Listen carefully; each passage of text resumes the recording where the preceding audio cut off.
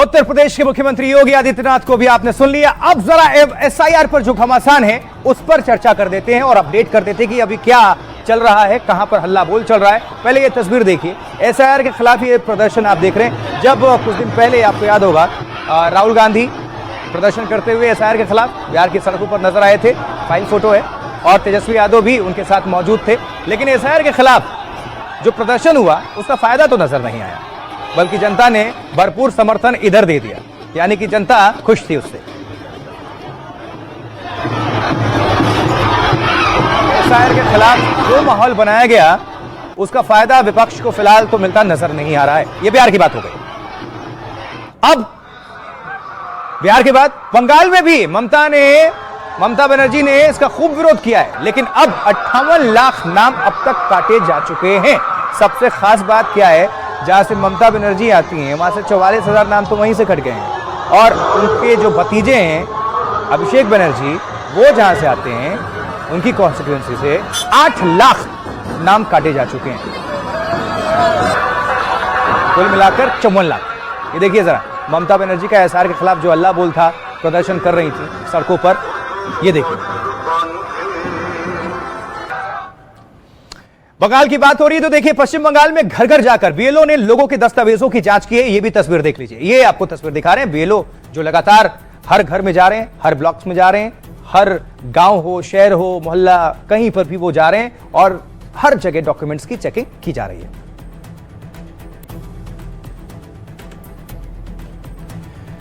अब तक पश्चिम बंगाल में 58 लाख नाम काटे जा चुके हैं। पश्चिम बंगाल में एसआईआर के बाद 58 लाख वोटर गायब हो चुके हैं। वोटर लिस्ट से 58 लाख से ज्यादा लोगों के नाम कट गए हैं। बिहार में एसआईआर के बाद 65 लाख वोट कम हो गए थे। इसको लेकर राहुल और तेजस्वी ने सरकार, चुनाव आयोग को घेरा था।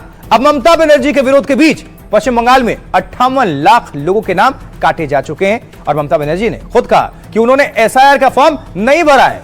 ममता ने लोगों से इसके विरोध करने की भी अपील की।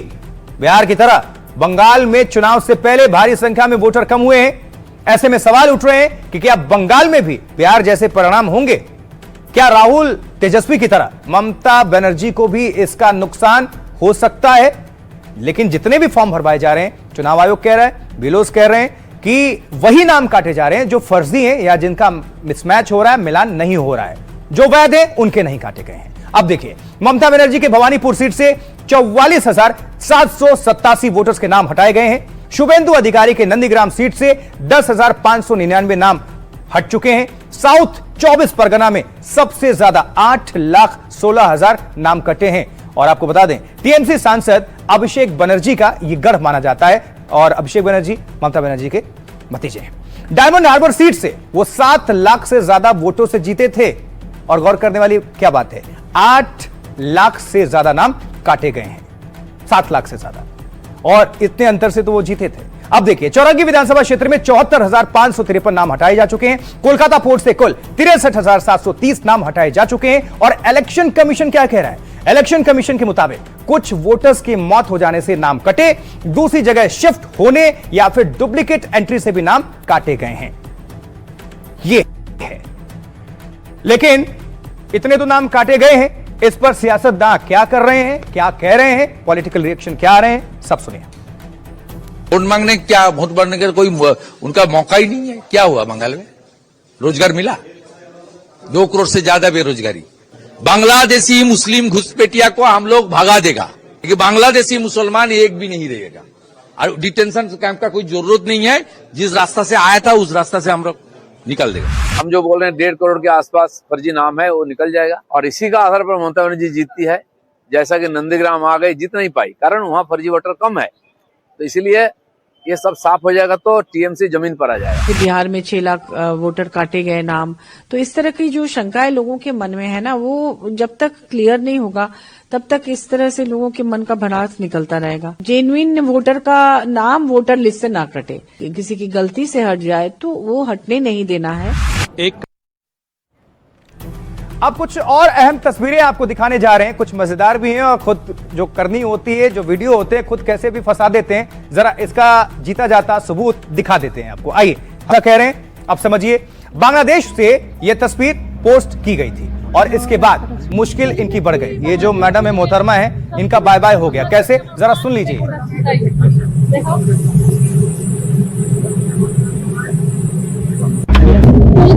বাংলাদেশ ছেড়ে সবচেয়ে বেশি পড়াশোনা করছে আমার মাকে দেখে যাচ্ছি তাই দেখো বাই বাই বাংলাদেশ চলে যাচ্ছি বাংলাদেশ যাওয়ার রাস্তাটা पेश हो गया। दरअसल ये जो मोहतरमा है ये बांग्लादेशी हैं और रील इन्होंने बनाया था और रह रही थी अवैध तौर पर इंडिया में, लेकिन बाहर गई थी और इन्होंने रील छापा और उसके बाद से इनकी मुश्किलें बढ़ गई। और अब आगे लोगों ने बांग्लादेशी के रहने की शिकायत की है। कहां पर, पुलिस ने गिरफ्तार कर लिया है। यह तस्वीर देखिए, उत्तर प्रदेश अमरोहा की तस्वीरें हैं। ये देखिए जरा, ये गिरफ्त में है। थाना मंडी है, धनौरा और अमरोहा, उत्तर प्रदेश। तो जितने भी अवैध लोग हैं, रह रहे हैं, डॉक्यूमेंट्स नहीं है या फिर बाहर से आके टप्पा मारकर या तारों के नीचे से आ गए हैं, उनको भेजा जा रहा है। अब उत्तर प्रदेश के गोरखपुर से भी एक तस्वीर है जहां एसआईआर को लेकर चेकिंग काफी तेज है। घर घर जाकर लोगों से पुलिस पूछताछ कर रही है। सुनिए जरा यहां पर बातचीत। दिया जाएगा। खेती जो जमीन है तू लोग का खरीदी हो कि पुश्तैनी है? नहीं, वो पुश्तैनी है। अच्छा, पुश्तैनी खेती है, मतलब खरीदा हुआ नहीं। लेकिन एक बात आपको बार बार अपील कर दें, जो लोग वैलिड हैं, वैध हैं, डॉक्यूमेंट्स हैं या फिर भारतीय हैं, उनके साथ ऐसा कुछ नहीं है। जो लोग भी अवैध रूप से यहां रह रहे हैं, फर्जीवाड़े के तरीके से, उनके खिलाफ एक्शन हो रहा है। अब अलीगढ़ की बात, उत्तर प्रदेश, झुग्गी झोपड़ी में भी एसआईआर अभियान चलाया जा रहा है। सघन तलाशी ली जा रही है। ये देखिए, पुलिस पहुंची है, बातचीत कर रही है। तो कौन सा थाना लगता है? हमारे बाढ़ थाना लगता है। ये कहते हैं कि हम वोटर लिस्ट को ठीक कर रहे हैं। अगर किसी का डबल वोट है, कोई मृत्यु हो गया है, कोई शिफ्ट हो गया है, तो हम उसके लिए रिवीजन कर रहे हैं। लेकिन डिटेंशन सेंटर किसने बताया है? डिटेंशन सेंटर कौन बना रहा है? इलेक्शन कमीशन बना रहा है कि बीजेपी बना रही है? तो इसका मतलब एसआईआर के साथ एनआरसी भी है। और फिर आपने आधार में सब कुछ रिकॉर्ड किया हुआ है, इतना डेटा आपके पास है, तो आधार को आप क्यों नहीं मान रहे हैं? वोटर लिस्ट से क्यों नहीं जोड़ रहे हैं? चुनाव आयोग ने जो समय सीमा बढ़ाई है उससे अधिकारियों को भी, कर्मचारियों को भी राहत मिलेगी। तो जो लोग फॉर्म नहीं भर पा रहे थे उनको राहत मिली है और ये बखूबी एसआईआर अब आसानी से हो जाएगा। सिर्फ इसीलिए सवाल उठता है कि इतनी जल्दबाजी और इतना भगदड़ क्यों मचाई जा रही है। अभी सर्दियों का मौसम था, शादियों का भी मौसम था, तो इस बीच में इधर उधर लोग अपने रिश्तेदारों में थे। तो जिस हिसाब से एसआईआर की प्रक्रिया हो रही है। और आइए उत्तर प्रदेश अब लिए चलते हैं, क्योंकि यूपी बीजेपी की जो अध्यक्ष वाली तलाश थी वो खत्म हो चुकी है। देखिए जरा, पंकज चौधरी नामांकन दाखिल करते हुए नजर आ रहे हैं और खुद प्रस्तावक बने कौन? उत्तर प्रदेश के मुख्यमंत्री योगी आदित्यनाथ। तो लखनऊ में पंकज चौधरी ने नामांकन दाखिल कर दिया, यूपी बीजेपी अध्यक्ष के लिए पर्चा भरा है। खास बात यह कि इनका नामांकन इकलौता हुआ है और किसी ने पर्चा दाखिल नहीं किया, यानी कि अध्यक्ष बन चुके हैं। बस औपचारिकता बाकी है, ऑफिशियल अनाउंसमेंट का जो सरकारी घोषणा होती है, बस इंतजार करते हैं। और ये आपको दिखा दे रहे हैं एक और तस्वीर। देखिए, मुख्यमंत्री योगी आदित्यनाथ बैठे हुए हैं, आप सामने देख रहे हैं सभी गणमान्यों को। इसमें दोनों डेप्यूटी सीएम भी, स्वतंत्र देव सिंह, पूर्व जो बीजेपी के अध्यक्ष केशव मौर्य आपको नजर आ रहे हैं, डेप्यूटी सीएम ब्रजेश पाठक नजर आ रहे हैं, योगी नजर आ रहे हैं। पंकज चौधरी के घर पहुंचे जब प्रधानमंत्री, ये भी आपको हम तस्वीर थोड़ी देर में दिखाएंगे।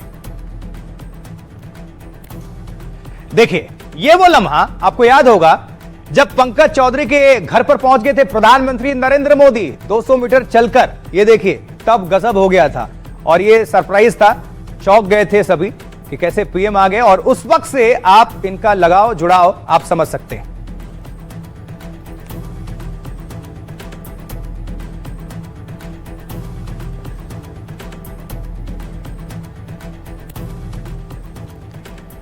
तो देखिए जरा, आपको अब कुछ डिटेल्स भी दे देते हैं। पंकज चौधरी यूपी बीजेपी के नए बॉस। जी हां, अब केंद्रीय वित्त राज्य मंत्री हैं पंकज चौधरी, उत्तर प्रदेश बीजेपी के अध्यक्ष होंगे। आज पंकज चौधरी ने लखनऊ में नामांकन किया, जो तस्वीरें आपको मैं दिखाई। सीएम योगी सहित 10 नेता उनके प्रस्तावक बने। उनका निर्विरोध यूपी बीजेपी अध्यक्ष चुना जाना पूरी तरह से तय है। केंद्रीय मंत्री पीयूष गोयल कल आधिकारिक ऐलान कर देंगे इसका। ऑफिशियल अनाउंसमेंट का ही सिर्फ इंतजार है, बाकी कुछ भी नहीं। नामांकन के बाद पंकज चौधरी ने जीत का भरोसा जताया। और भरोसा कैसे नहीं जताएंगे, अभी तक तो किसी ने नामांकन ही नहीं किया, इकलौता नामांकन इन्हीं का हुआ है और सहमति के बाद। देखिए, यूपी बीजेपी अध्यक्ष पद को बड़ी जिम्मेदारी बताई है इन्होंने। 2027 चुनाव के लिए तन मन धन से लगेंगे, यह कहना है पंकज चौधरी का। अब अखिलेश के पीडीए की काट ये माने जा रहे हैं। पंकज चौधरी कुर्मी बिरादरी से आते हैं, जो पूर्वांचल में यादवों के बाद ओबीसी में सबसे बड़ी आबादी है। योगी, शाह और पीएम मोदी के करीबी माने जाते हैं। तस्वीर भी आपको उन्हें दिखाई। प्रधानमंत्री ऐसे ही किसी के यहां नहीं चले जाते और चले गए, इसका मतलब अब कड़ियां लोग जोड़ रहे हैं कि लगाव और जुड़ाव और भरोसा। अपने कार्य व्यवहार के चलते वो प्राइम मिनिस्टर की पसंद बन गए। पीएम मोदी एक बार पंकज चौधरी के घर गए थे, 200 मीटर पैदल चलकर पंकज के घर पहुंचे थे। और पंकज चौधरी योगी के शहर गोरखपुर के रहने वाले हैं और वहीं से विश्वविद्यालय से पढ़ाई की है। साथ ही पंकज चौधरी अमित शाह के करीबी माने जाते हैं। पंकज चौधरी महाराजगंज से सांसद हैं और यहां से 7 बार सांसद रह चुके हैं पंकज चौधरी। अब इसको लेकर पंकज चौधरी ने एनडीटीवी से बातचीत की है। पंकज चौधरी क्या कह रहे हैं आपको सुनाते हैं। कार्यकर्ताओं का उत्साह देखने को मिल रहा है, आप बात कर रहे हैं, वो क्या आपसे बात कर रहे हैं कार्यकर्ता, क्या मन की बात हो रही है दोनों पक्षों में? निश्चित तौर से हालचाल हो रहा, बधाइयां दे रहे हैं लोग, हम बधाइयां ले भी रहे, मना तो कर नहीं सकते। हम लोग छोटे कार्यकर्ता थे, छोटे कार्यकर्ता से बनते बनते यहाँ तक पहुँचे हैं और पार्टी समय समय पर नया नया दायित्व देती रहती है और हम लोग प्रयास करते हैं कि उस दायित्व का निर्वहन ठीक ढंग से करें। और अब उत्तर प्रदेश की चूंकि चर्चा हो रही है, तो योगी के अधिकारी भी किस तरह से एक्शन मोड में हैं और सख्ती दिखा रहे हैं, ये तस्वीरें देखिए, इसकी बानगी है। दरअसल आपको बता दें, 6 महीने से रेप केस फाइल धूल खा रही थी और झांसी में आईजी आकाश कुलहरी ने काम में लापरवाही मिलने पर महिला सिपाहियों को फटकार लगाई, सस्पेंड भी कर दिया। लोकेशन है झांसी यूपी। सुनिए जरा क्या हो रहा है, क्या हो रही बात।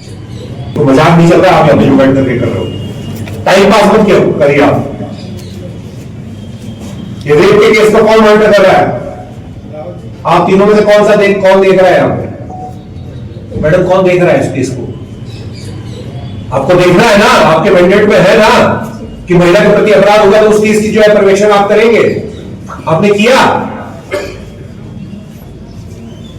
6 महीने से पहले गए तो आप करेंगे नहीं क्या? मजाक चल रहा है यहाँ पे थाने में बैठ करके केवल जो है टाइम पास कर रहे हो यहाँ पे। 3 महिला आती है आपसे मिलने, उसके बाद आपका काम क्या है? कोई काम नहीं है आपका, केवल काम ये है महिला संबंधी अपराध को जो आपको पर्यवेक्षण करना है, उसको यदि कंपनसेशन दिलवाना है। अगर आप कंपनसेशन दिलवाओगे तो कौन दिलवाएगा उसको? महिला को। काउंसलिंग करिए आपने उसकी रेप पीड़िता को बुला करके?